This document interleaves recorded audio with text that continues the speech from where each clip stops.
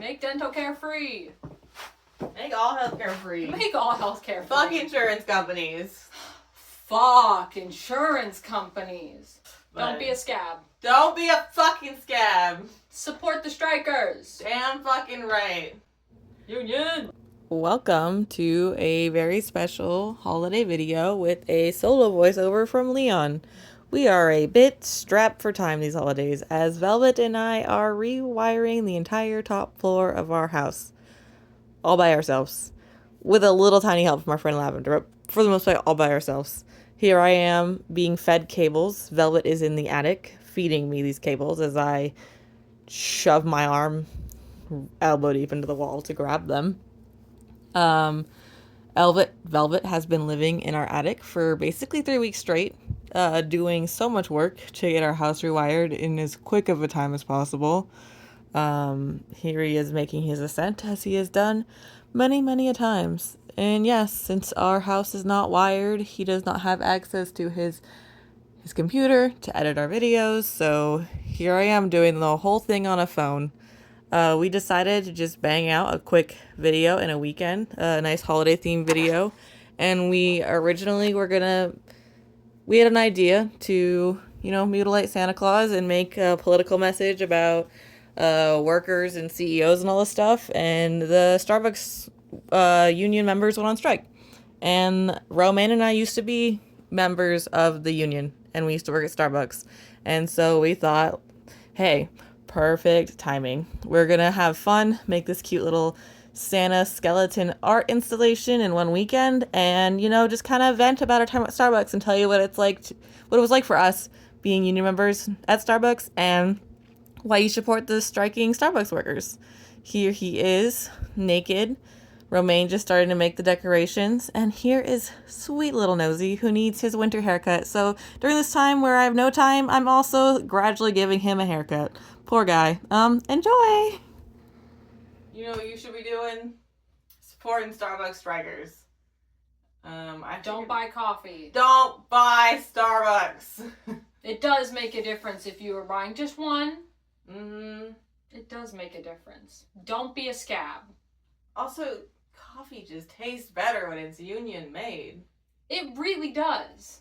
The people who are making it don't want to die. Our store was notorious for fixing your drinks and doing really well, and we were also the only store in the district that unionized. Coincidence? I think not. No, definitely not. You'd be amazed the way that Starbucks workers are treated. We were trying to fix that. Mm-hmm. Also, you know what makes coffee taste like ass? Union busting. You know when our coffee was worse? When we were actively being union busted. We have the numbers to prove it. Mm-hmm. And just customers. We are from a Starbucks in a small town. We are a heart of a community. We see the same people almost every day. And they will tell us what they think. They will. And they're very honest. Yes, and they are. They told us that once things started going downhill, corporate-wise, the union busting, the coffee started going downhill. Exactly. Well, it's just like you can't... What kind of environment are you going to create where you're going to be able to make effective coffee and connect with customers the way Starbucks says to when you're going to sit here and try to ruin everyone's job? You can't make coffee with love if there's no love within the community. And Starbucks is just getting worse. Yep, so we took it out on Santa Claus. The worst CEO of all. Yo, what happened to fair labor laws? Yeah, dude. Good old Saint Nick here. Treat people like crap. Yeah, this is what's gonna happen to CEOs. Yeah. Do you hear that, Santa? Sign the fucking room! Whoa, yeah! Fuck those urns. Fuck them. You know what needs to be brewed next? Not this bullcrap. But yeah, some backstory about us. We actually met because we both used to work at Starbucks together. We did. It was an experience. Honestly, it wasn't terrible at the beginning. Yeah, it's not all bad. There's a reason we unionized. I'm trying to think of where we should start this story. I started at Starbucks in 2022. It wasn't that bad. We had the staffing was not great. I had heard from other baristas that it was already going downhill. Obviously, the union efforts were already in effect at the end of 2022. but we had more staff. And it was actually during that holiday that they cut the person who they're called, if you don't work at Starbucks, they're called a pre-closer. That person works the mid-shift, and they make sure that the people who are closing the store, the people who are responsible for cleaning the entire store at the end of the day and making sure that your coffee is food safe, they cut that person. That was at the end of 2023. I think they brought them back. Oh, they did, because when I joined, Yeah, because you I were was a the pre-closer for a while. pre-closer.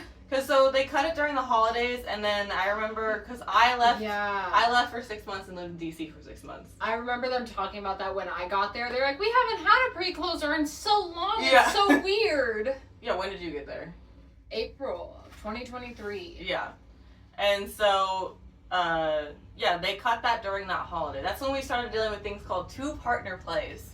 And that is when two people are left in the store to run the whole thing alone. That's cleaning, making the things, running the floor, talking to the customers, getting people paid out, answering the phones. Did I say doing the dishes and getting the food and rebrewing the urns and getting the beans? You had to be fast on top of all of it, because if you weren't, you were getting in trouble like it was your fault you were in there with one other person. And somehow you're supposed to still connect with customers and make people feel welcome during all of that. And so they brought the pre-closer back when you were there.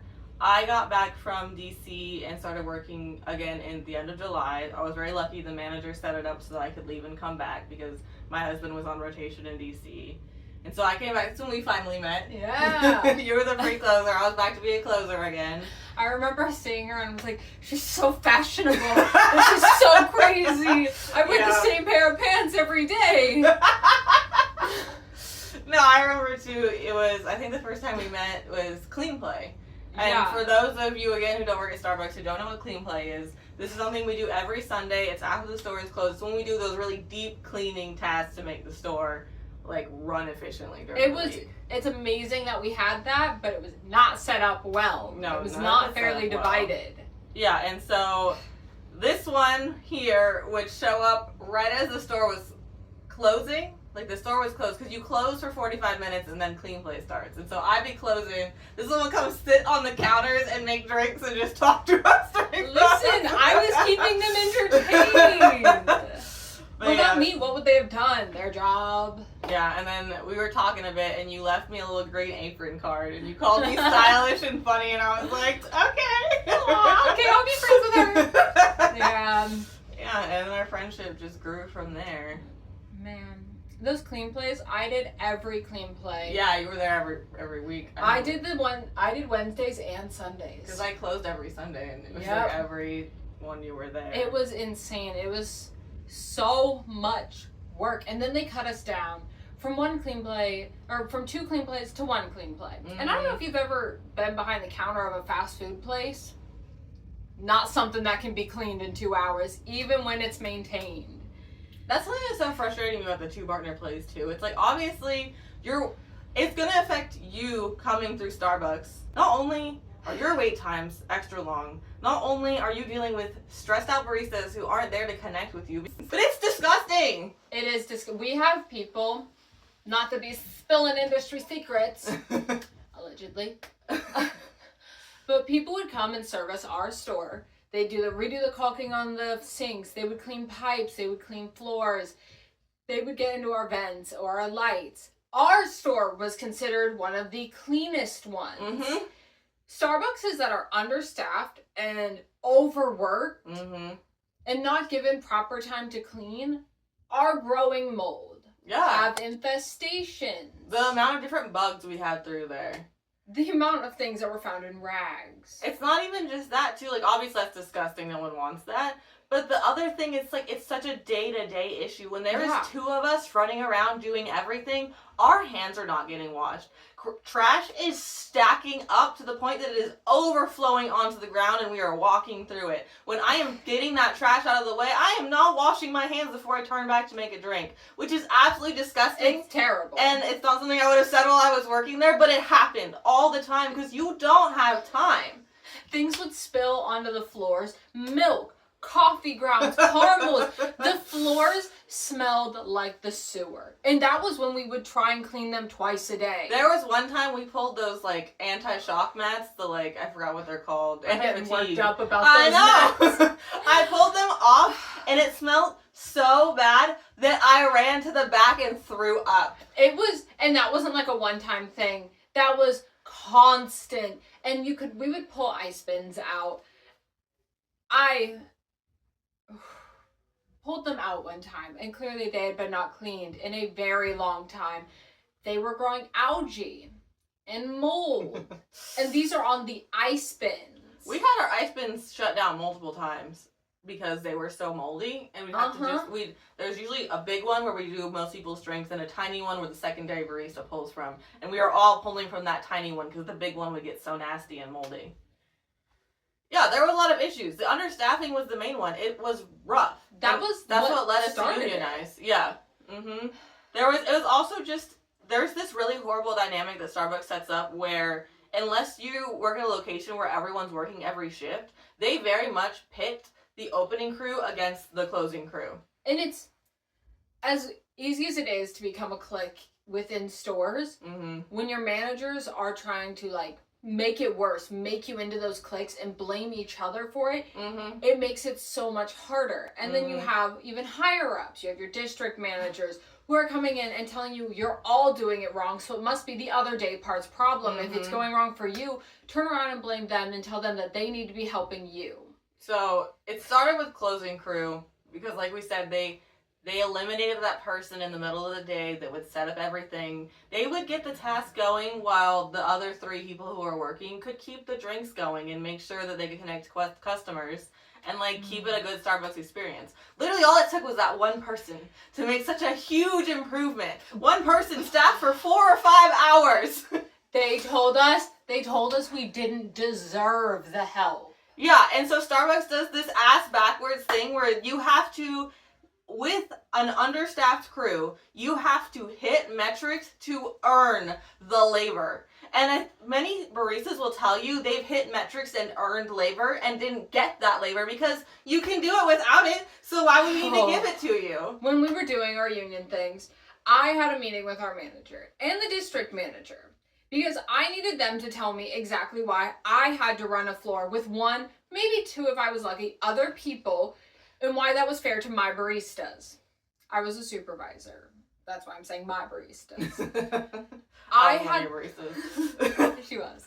I made them explain it to me.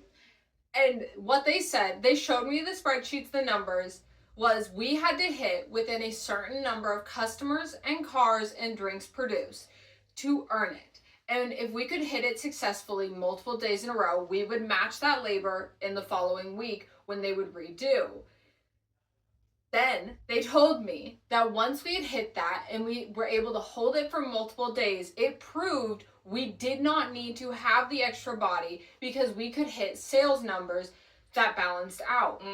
And if we weren't hitting it, they threatened to cut our hours. And if we didn't have enough staff to get closed in a reasonable amount of time, then they were going to cut our hours in retaliation. Everything's always cutting your hours for everything. And so there was one, I guess something you should know about the 2 of us too. We came into the store extremely pro-union. That was the first thing I asked about. First, I kid you not, an hour into my first shift, they put me in front of the manager and I said, I know you can't talk about this, but nod your head, is this store unionized? And he said, I'm not allowed to talk about that. Please don't ask me. But if you need information, you can't ask me about that. I don't envy a store manager's job. No. Like, no matter how much I've hated some of our store managers, I don't envy their job. It broke one of our managers in training. Yeah. Literally, this manager had a health problem. A health problem that I also deal with. And I remember talking to her, because when she got there, she was an ASM and trained to be a manager, and she had been a shift supervisor up until that point. And I was talking to her, I was like, I can't handle my job for the amount of hours that I have to be here. I don't know how you can do that. And she couldn't. The thing she told me that broke her was making our schedules.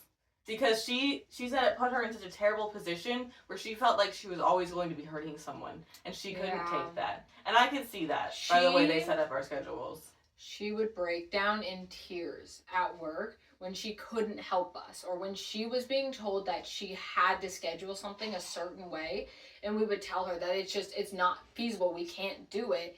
It broke her. And on top of that, our district manager would get on her for getting sick at work, even though she is in. She had an accommodation. Literally, she had an accommodation, and she would get in trouble, and like, you know, when they don't actually like get you in trouble, but they're getting you in trouble. Yeah, you know you're in trouble. Yeah, they would do that to her and basically like bully her because she had an immune disorder and because she had a freaking heart. Yeah. You know what's the crazy part? Like the craziest part, even with all this shit we talk about. Do you know where she left to work at, which was better for her than Starbucks? Amazon. Starbucks is out here saying it's the best job in retail. Please, we had another coworker who left for Walmart and said Walmart was a better place to work than Starbucks. Yeah. We've actually had 3 coworkers now leave for Amazon. And I think 2 for Walmart. And yeah. And they all said it was better after they left. All because Starbucks just desperately doesn't want this union to happen. That they're willing to make it such a horrible place to work to make sure that they don't have this union happen.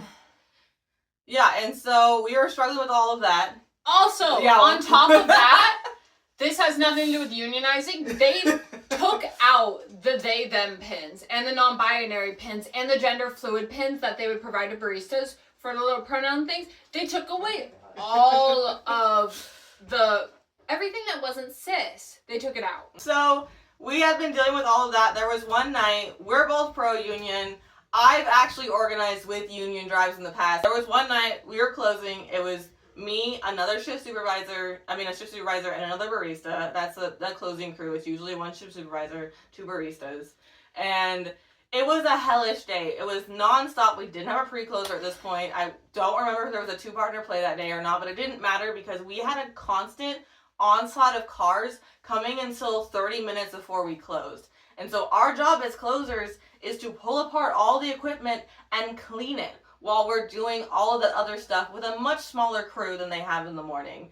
And it was one of those days we stayed 45 minutes late. And we didn't even clean stuff to the standard that we were supposed to because we were that far behind. And I remember the shift supervisor got reamed into the next morning when they tried to explain themselves. Our manager told them that there's no excuse.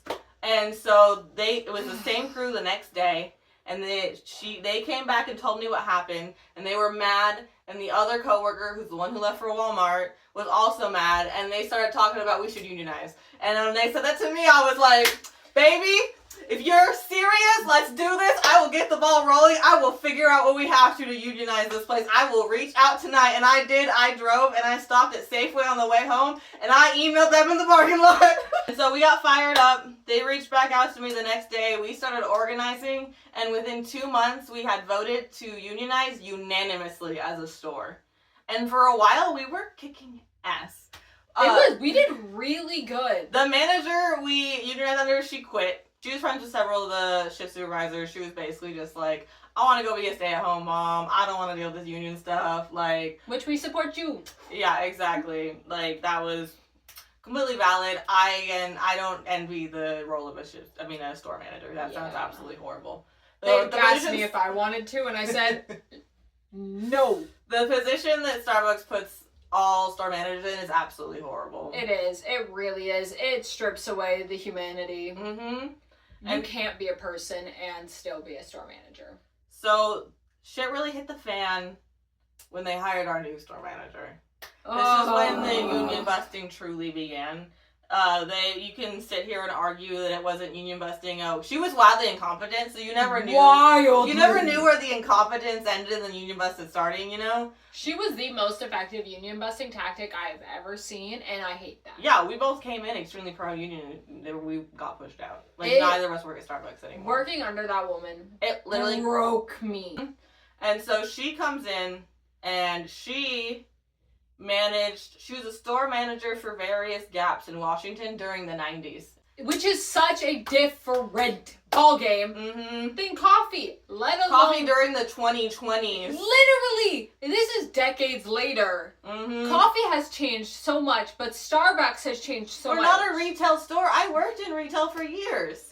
Like, Starbucks is not a retail store. It's not. It's fast food. So this woman, she gets there. She's immediately sets out to run a 2020 Starbucks, like a 1990s Gap.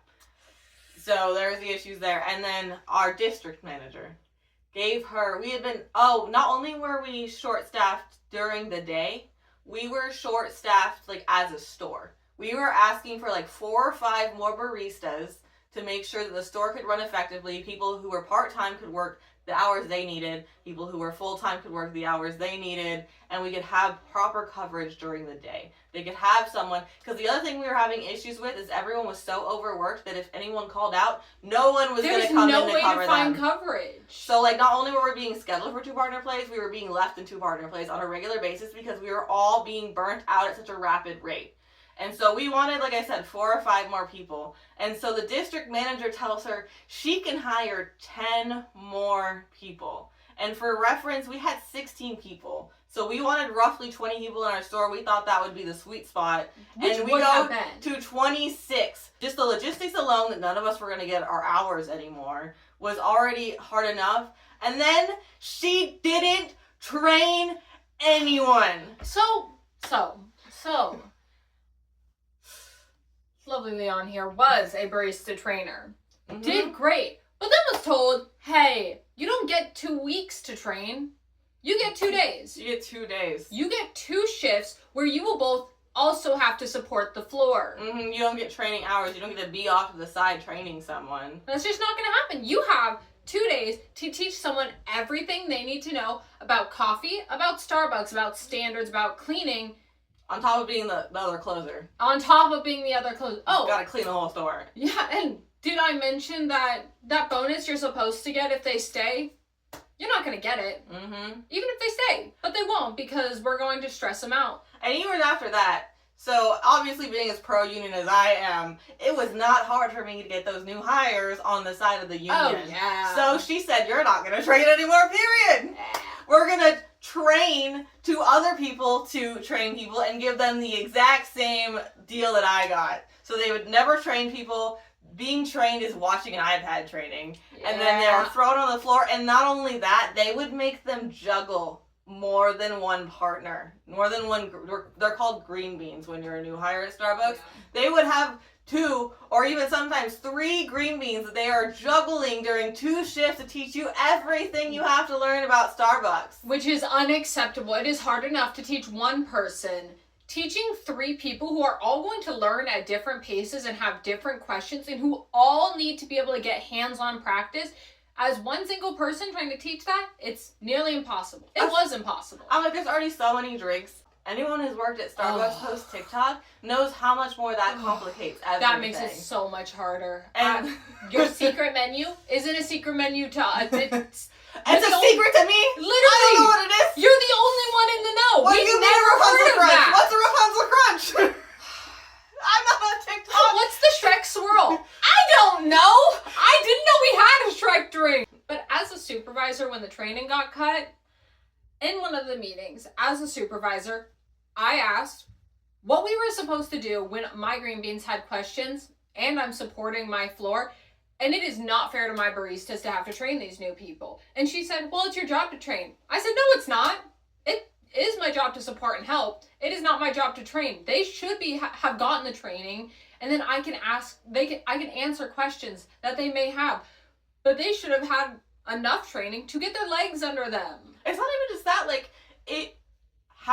being able to ask good questions is having enough information to piece together that you're missing something. And so when you're thrown on the floor without anything, you don't even know what to ask. You're just drowning. You simply don't even know where to start. And it is the most stress-inducing situation for not just the green beans, but for the people around them. Because now it's been 2 days and that green bean is counted as a whole barista. I remember one time I had 2 green beans on my floor. This is their 4th shift. Their 4th shift. With or without training?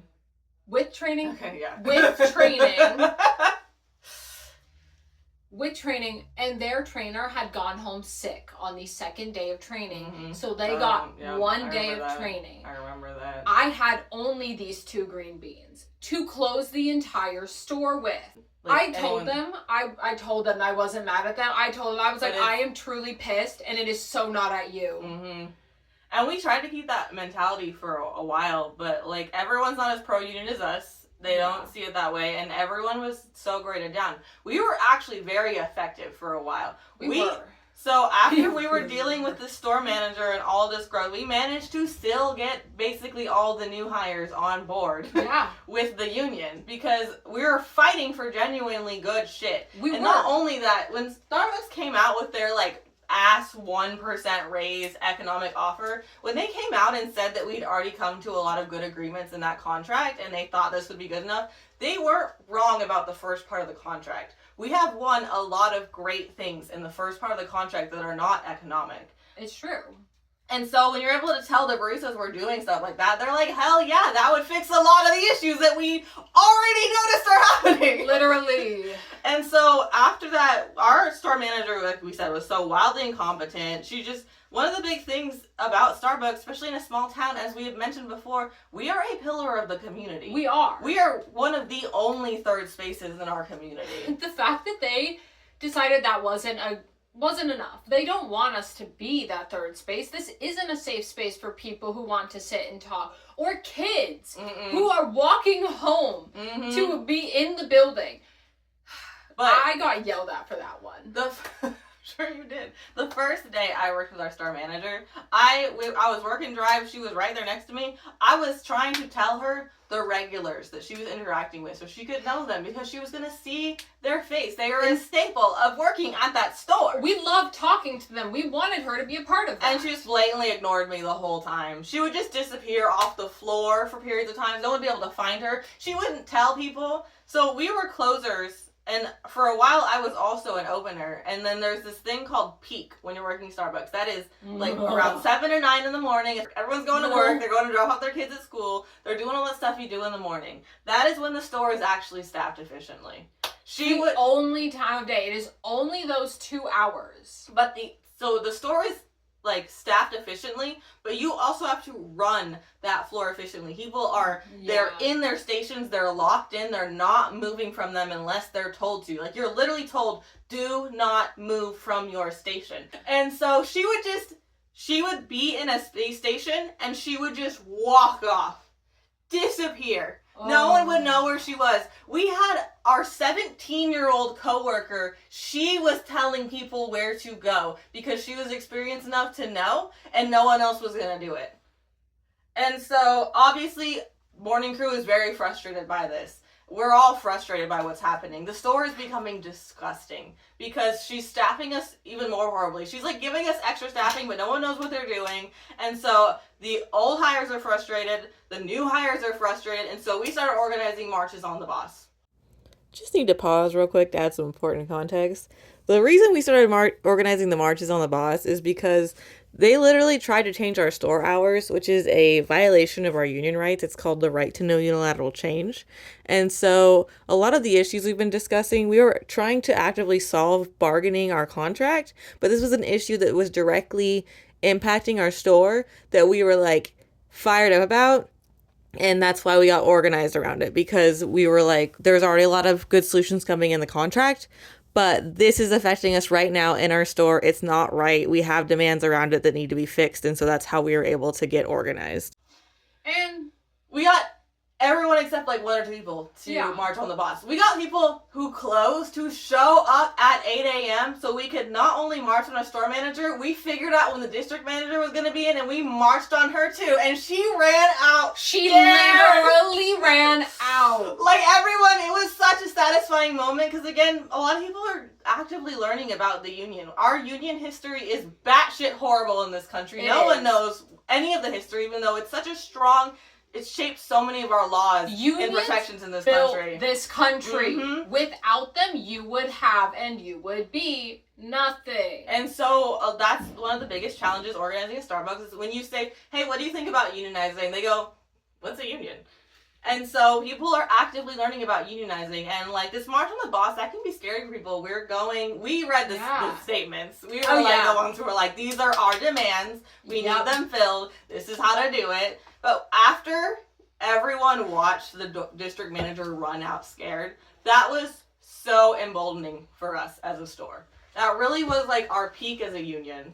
And then we organized another March on the Boss later. It wasn't quite as good. We got 2/3 of the store, which is still pretty good overall. That is. But we were losing momentum. We were getting tired. We were still, a lot of people who had been there for a while were leaving. It was really hard to keep that fire lit when you are picking up the slack from everyone. And when, as a supervisor, you are having to act as the manager for your whole shift, because your manager is in the lobby looking at Facebook while you are running a 2-partner floor, or one of your baristas got sick and you're trying to help them help run the floor. That's actually happened to me on 3 separate occasions where someone got violently sick.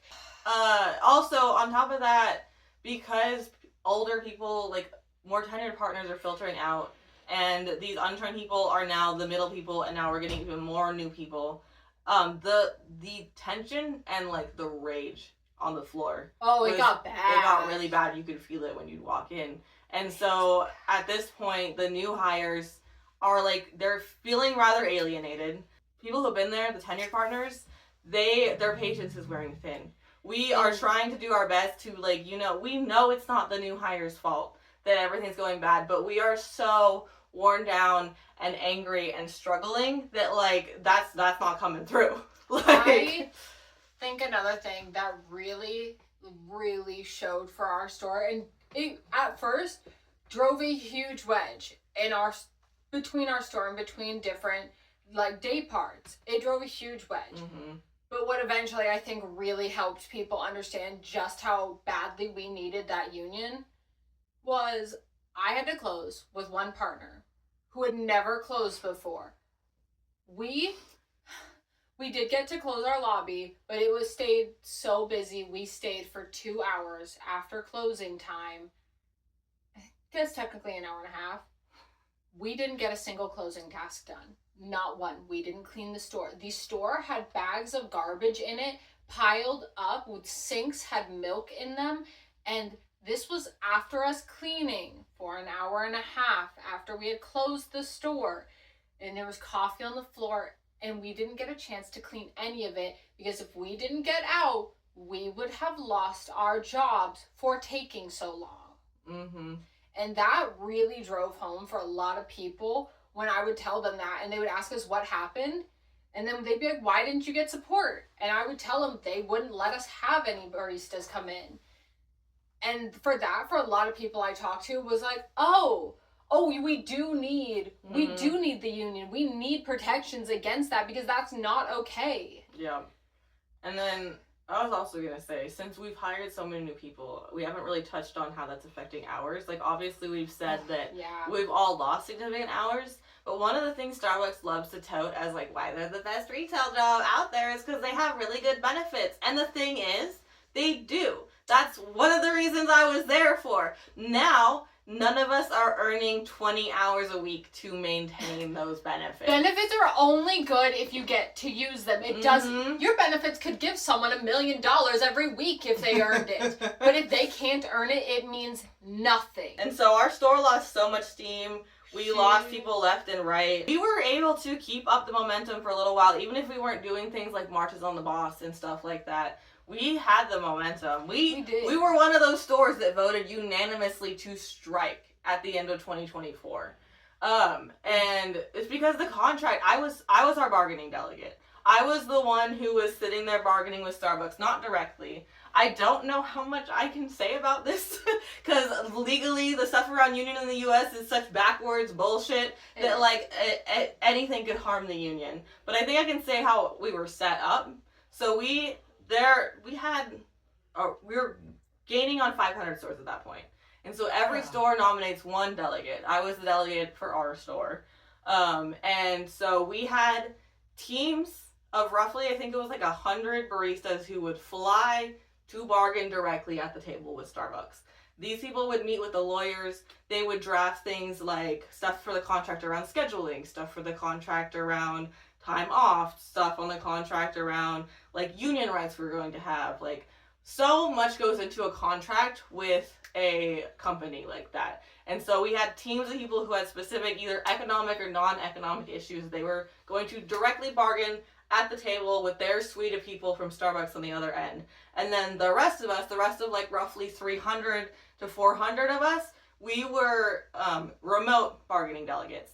So they would go to the table, they would bargain with the company, they would come back to the giant 300-person Zoom call, and they would tell us what happened. And then they would go workshop a new provision for the contract. They would bring it to us, we would debate it, and we would work it out until it was something we were happy with. Because the thing about bargaining a contract is you go in with your demands, and then this is a negotiation. Yeah. They're going to peel back some of them. Each side peels back until we reach something that everyone's happy with. I know everyone says, like, you negotiate it because everyone's unhappy. No, that's not how this is. Like, if you're not getting something in the contract that makes you happy, then what the fuck's the point of having a contract? Yeah. And so the beautiful thing about getting hundreds of baristas and shift supervisors into a room together with decades of experience, some of these people are working at Starbucks for decades, is that we know what we need to effectively run a store. Which, this isn't just most management and upper management knows nothing about the stores they manage. Especially the people who are at the top. Especially the people who are picked out by a fucking burrito boy.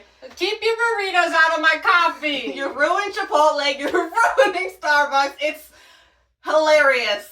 It's sad. It's hilarious. I don't have empathy. Yeah, it's pathetic. That's what I don't have empathy for billion-dollar corporations. No. But you are so bad at this. It is astounding. It is, honestly. And so we are going through, we bargain every month. This happens monthly. We're winning a lot of stuff in the contract. And then the part that the public got to hear is when we finally got to economics. This is part where I don't think I'm not going to go into anything specifically that we asked for. But I will say that a lot of what we asked for is based on specific ordinances that already exist in cities. These are economic ways to enforce the rest of this beautiful contract that we've won. Because you can get companies to say, oh, we'll do this and we'll do that. But the only way to make them do it, the only way to give them consequences is to make them literally pay with a dollar amount. Because that will stop them from doing it. Because their money is more precious than their people. If you look up the secure scheduling ordinance for Seattle or New York or San Francisco, it's based off of stuff like that. And so we come back with them with this stuff. We're trying to fix the broken trans healthcare system that they promise to trans partners. We're obviously asking for a raise. Why would you unionize if you didn't want a raise? The cost of living is ridiculous. It's so high, and they paid so... They went 20 cents above whatever minimum wage was and told people that they paid great. Yeah, their little figure, I forgot what they said that partners make. It was laughable. It was something like the average partner makes around $20 and $30 of benefits or something like that. And what they do, too, is they use, like, the minimum wage in Seattle is $20 an hour. The minimum wage in California is $20 an hour. They are forced to give people those wages, and then they are factoring it into this average wage.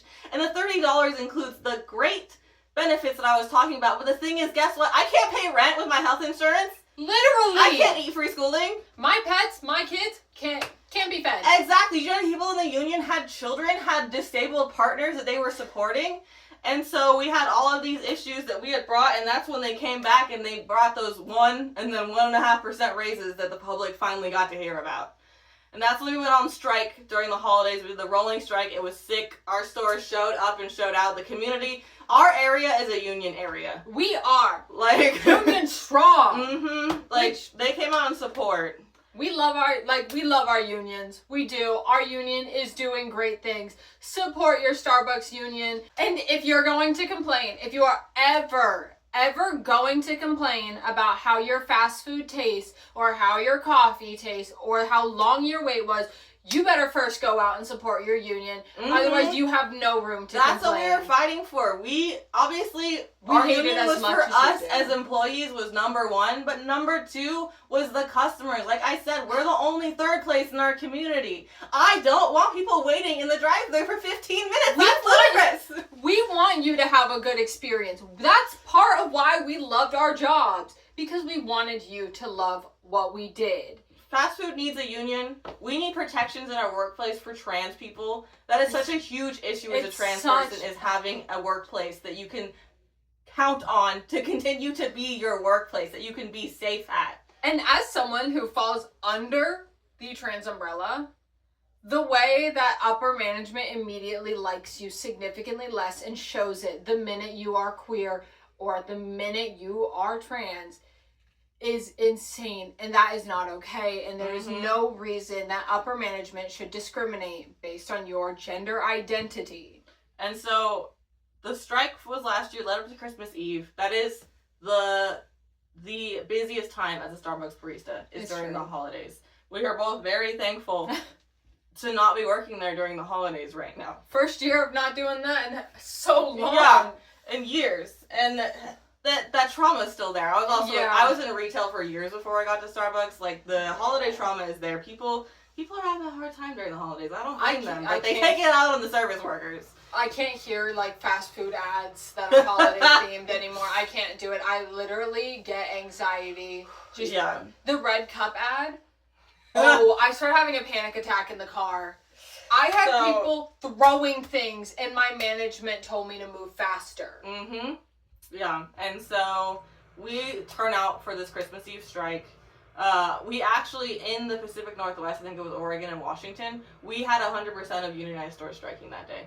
Closed it down.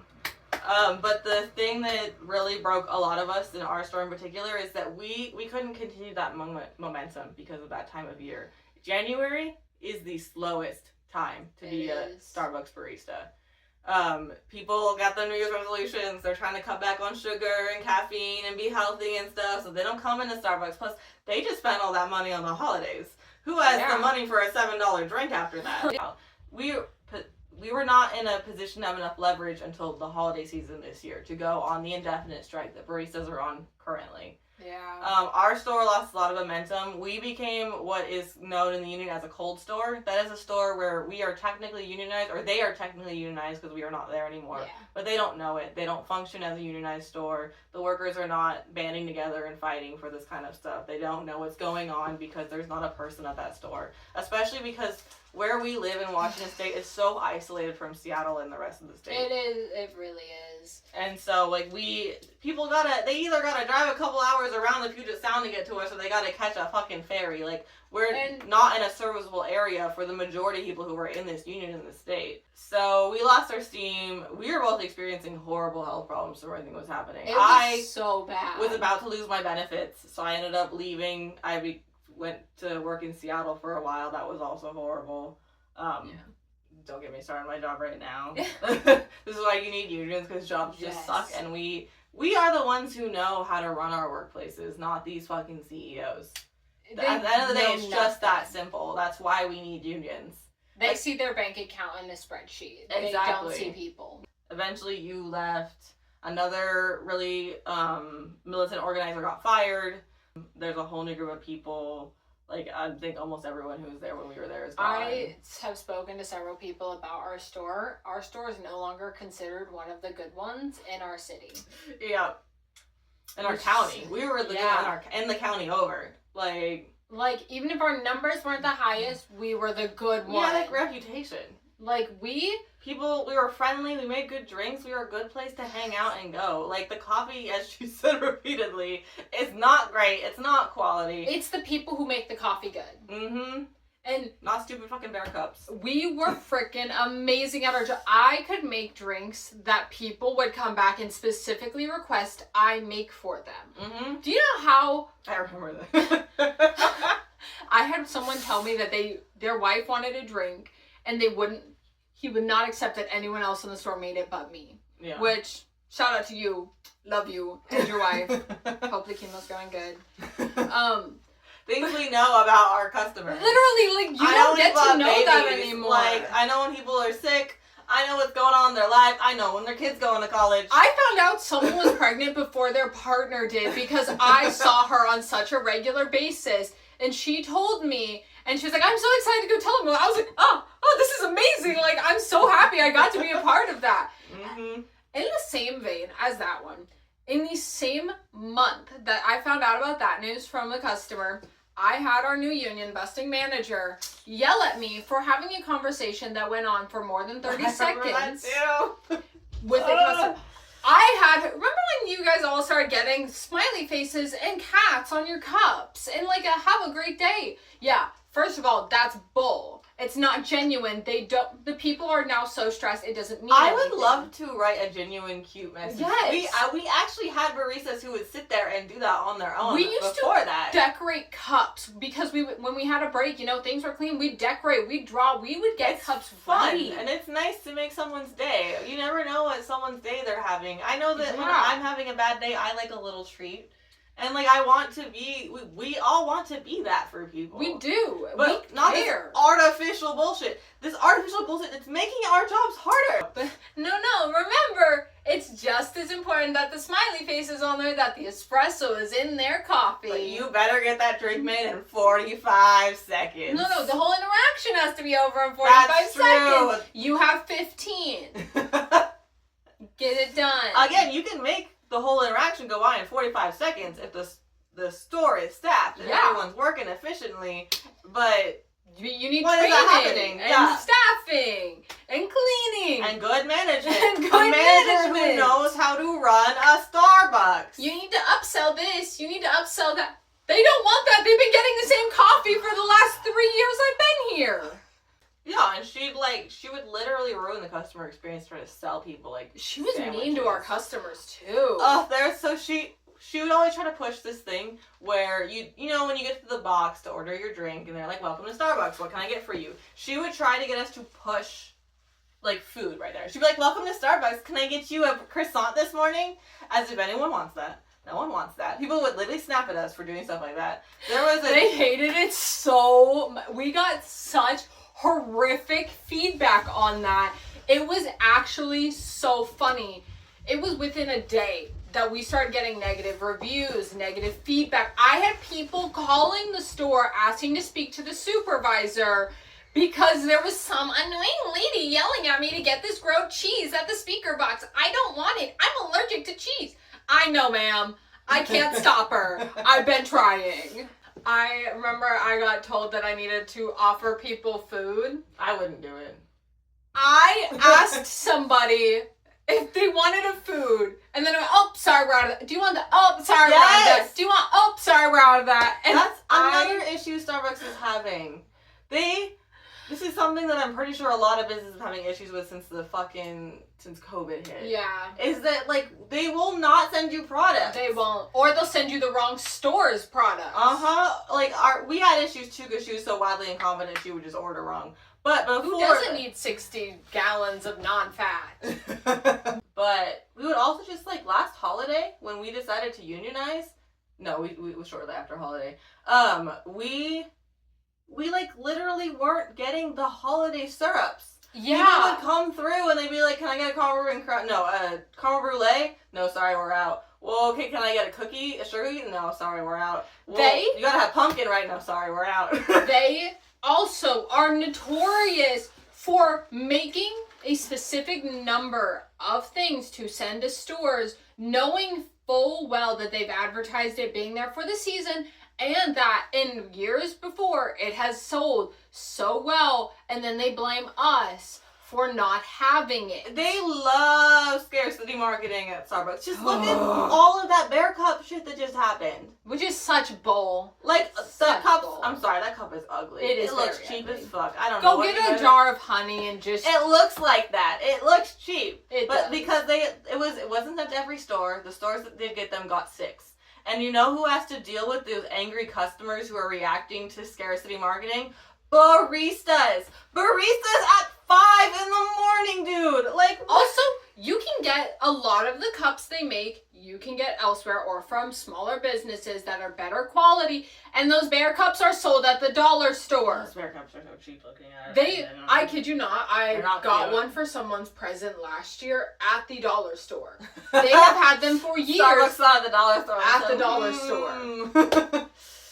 But yeah, so it's been a crazy year. As you've seen, the strikers are out on the line. They are organizing. We support them. We're seeing DSA come out. Donnie and Bernie came out. Like, that's what we need to be doing. We need to be coming out because this is such an important movement. It's not just important to just Starbucks or just to fast food. It is truly important to everything going on right now that you go out and support your union. Mm-hmm. Showing strength as a community is so important. Nothing scares the ruling class, the people in charge, the people who see all of us as numbers on a spreadsheet, like a union. Take a page out of France's book. Show out and support. Scare the upper class because you deserve to have better places to work. And post Christmas, it is going to be more important than ever to show Starbucks baristas. That's going to be when it's more important ever to not show up, to not buy coffee. It's actually,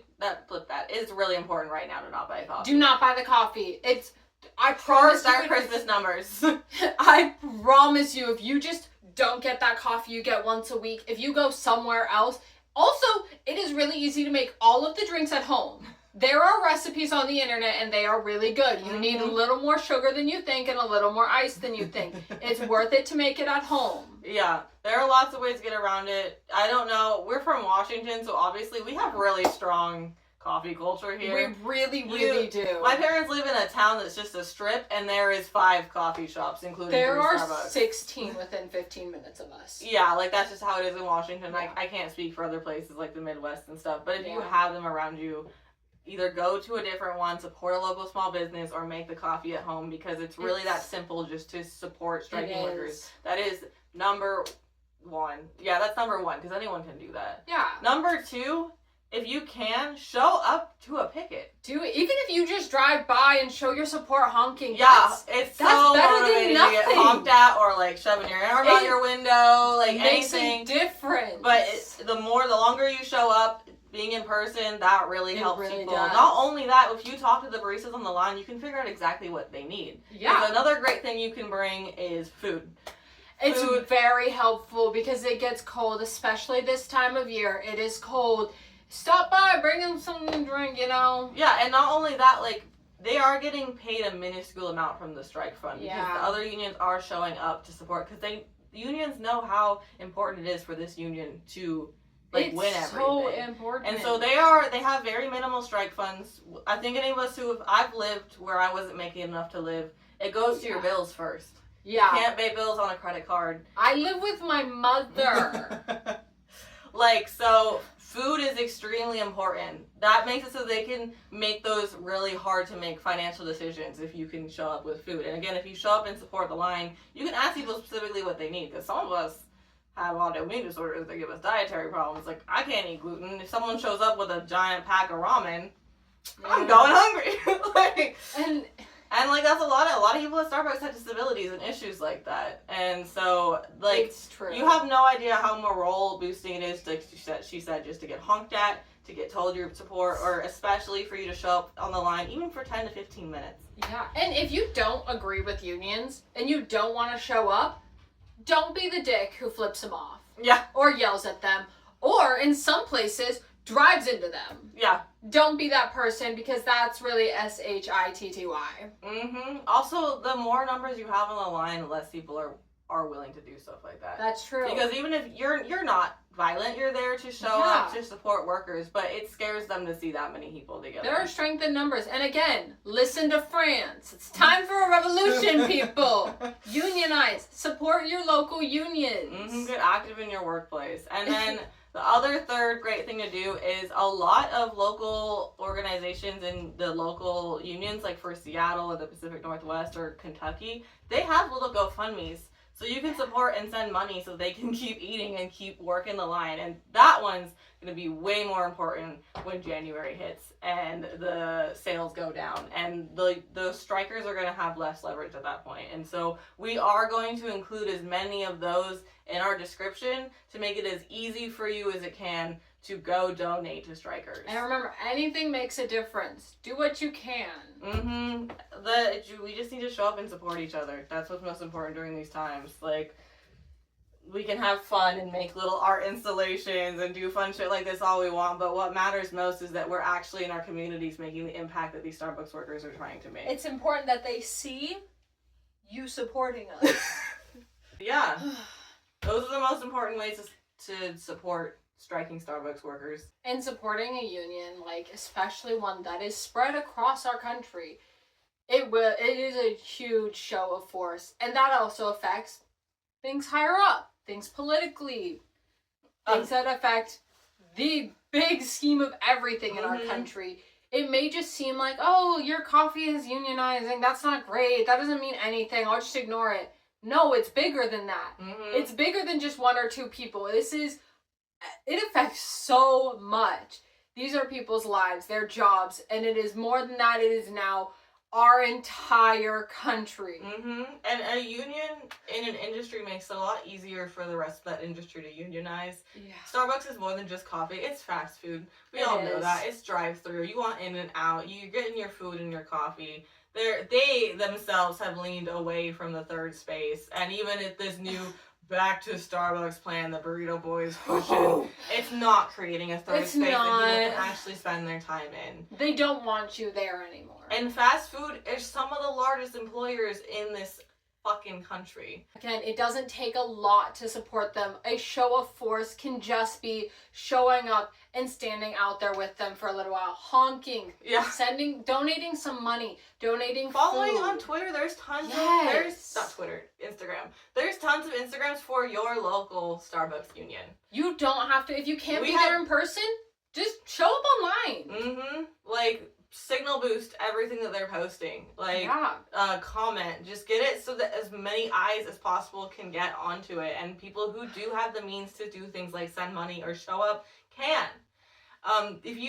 Fast food is also just so important because if you look at the top 5 employers in this country, there are multiple fast food companies like Yumco and McDonald's on that list. And then the other two, actually I don't know the other 3, but the other 2 top ones are Walmart and Amazon. So you should also be out here supporting the Amazon labor union. Do it, because it's not fair the way they are treated either. People shouldn't be pissing in bottles because they gotta meet quotas, pissing themselves because they gotta meet quotas. You love the convenience of being ordering stuff online, being able to same day delivery. Those people who are delivering and those people who are packaging are treated like cow dung. When that was it, I can't remember, it was a hurricane or tornado hit a couple years ago and that warehouse went down and multiple people died. They need protection. No, this was like in the Midwest. I was gonna say. No, that was not here. I was gonna say. No, this was a couple years ago. But yeah, people literally died because the warehouse got hit. Because they couldn't go home because of these ridiculous quotas. Because it's that bad to work there. My partner worked there. My brother worked there. He ended up quitting because they put cameras in the vans to watch them. Because they also wanted him to be making... they had such a high demand for getting things delivered that he couldn't just roll down the street or, like, get out the boxes and deliver and park in one spot and deliver like you see your mail people do. He would get in trouble. He had to drive, even if it was 20 feet. Get in, get buckled, drive, unbuckle, get the things, I'm sure a lot of people aren't buckling too. Like, and now you can get fired for that, and you can get penalized for that. They don't treat their workers right. They need a union just as much as Starbucks does. Your unions. They are so important. And if you care at all about your convenience of shopping online, about that tasty little treat you get, about getting anything or the people around you, support your unions. Yeah, it's ridiculous in this country, and unions truly are the answer. You can organize across so many different types of lives and different identities and groups through a union. It's so sad too. As someone who genuinely goes out of their way to study union history, how buried it is. And it feels like I am digging through thick mud just to find this information. There is a reason they are trying that hard to hide it from us. If you've ever been at work and you thought, hey, I hate this, I shouldn't be treated like this, I'm a person, you're probably right. You are right. You are 100% right. Yeah, let me repeat. You're so right. Sorry for saying probably. Sorry for throwing a little doubt on it. There's no doubt. You're right. You are a person. You deserve better. And a union can help with that. The reason we have weekends, unions. Unions. The reason we have overtime, unions. The reason children don't have to work in the mines, unions. It is literally one of the most important things you can do. If you want to get involved and do activism, it is the most effective form of activism. It's so it's important. The best way to hit the billionaires where it hurts. Because it doesn't matter what they say. It doesn't matter what any corporation says. You are nothing to them. Mm-hmm. They do not care about you. You are a number, a statistic. You do not matter to them. Not as an employee, not as a customer, none of it. You do not matter. Your money, that matters. You know who does matter and who you matter to? The people in your community. They care about you, and they care about their jobs, and they care about what they can do for each other. And be a part of that. Being a part of that community and the care of the people around you is what's going to shape us up as a country. It is. It's so important, especially now, especially the way everything is going, that we are strong together. Yeah, that we show them that we're united with each other and they can go fuck themselves. They really can. Like, it's that simple. We are people and we should be united, and standing strong together means so much and will make such a difference. And again, if you don't support unions, shut up. Yeah. Keep it to yourself. Not a single person wants to hear it. Seriously, fuck off. It's if you don't actually, you can take all of that and comment it in our comments, please. We will take it. We do not care. We obviously stand in these convictions, and you're. If I went 10 toes down against a manager, against a district manager, I will do it in the comments. No, if someone came to our line when we were striking to talk about how they were anti-union, it was one of us, usually me, walking over and arguing with them. I was yelling at the cars who were yelling at us. Yeah. Because this is important. And then they start arguing. I'm like, I'm not backing down.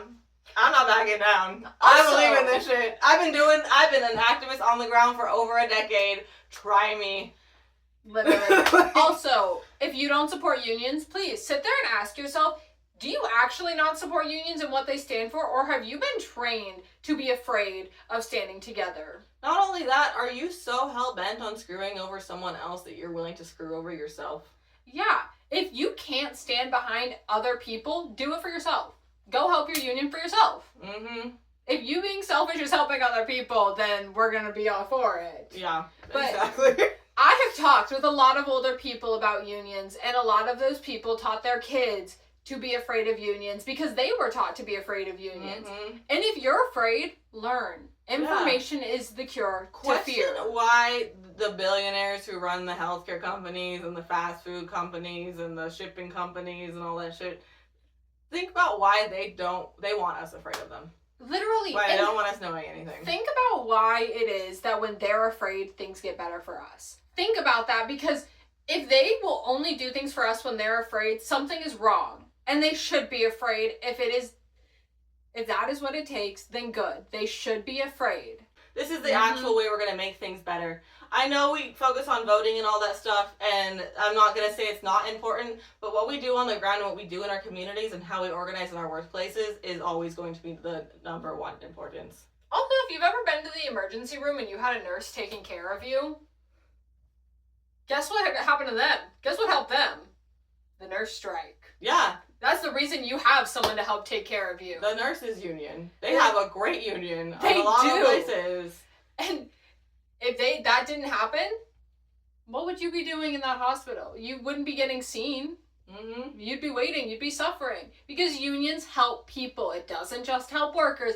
It helps everyone. Even if it's for coffee. It helps everyone. That's the key thing I want you to take away from this video. We can talk shit about Starbucks and our jobs all day, and obviously we're not there anymore, but it doesn't mean that that's not the number one priority and thing we care about. If we had strikes in our city and we didn't have to go so far away to get to Seattle, Yeah. we'd be on the line supporting them. Oh, when I was in high school, I was a part of every walkout, every single one of them, because it's important. Is so important to show up as a community and to fight for the things you believe in. That's where our power truly lies. It does. There is power in numbers, and we outnumber them. I don't even remember the statistic. It's ridiculous. It's insane. Yeah. We outnumber them so much. They have nothing over us but money. And if you can support unions, you're taking a little bit away from them. If you stop buying the coffee, you take a little more away from them. We matter so much. And we outnumber them. Yeah. We can show out in force. Yeah, and if you want to go out there and you want to support your union, you know what? Invite your gal pals. Invite your friends. Exactly. Let's make it fun. It's unionizing and striking is fun because it's not what you see on TV when they are making it seem dangerous. Picketing is fun. Striking is fun. We making chant. those signs, like coming together, like everyone bringing a little bit so that we can hang out all day. Like it's a good time. Like we've gotten to know coworkers at work that we didn't work shift with through our strike. It was so fun. And again, I promise you, it's nothing like the scary videos online you see of riots. Striking is not like that. It's a good time. It really is. You can swear you'd have fun. When we say that's where we're most powerful, like you can feel your power. You really can. When you're doing actions like that. Like it is so empowering. It really is. Yeah. So if you take nothing away from this, go support your local union. Please. Specifically Starbucks, but regardless, go support your local union. There's tons of them out there. And again, they would love your support. It doesn't have to be a big thing. A little goes a long way, please. So, after this video, stay tuned. We're going to be back to our regular. This is what happens when you don't support your employees. Your eyes fall out. We're coming for you next.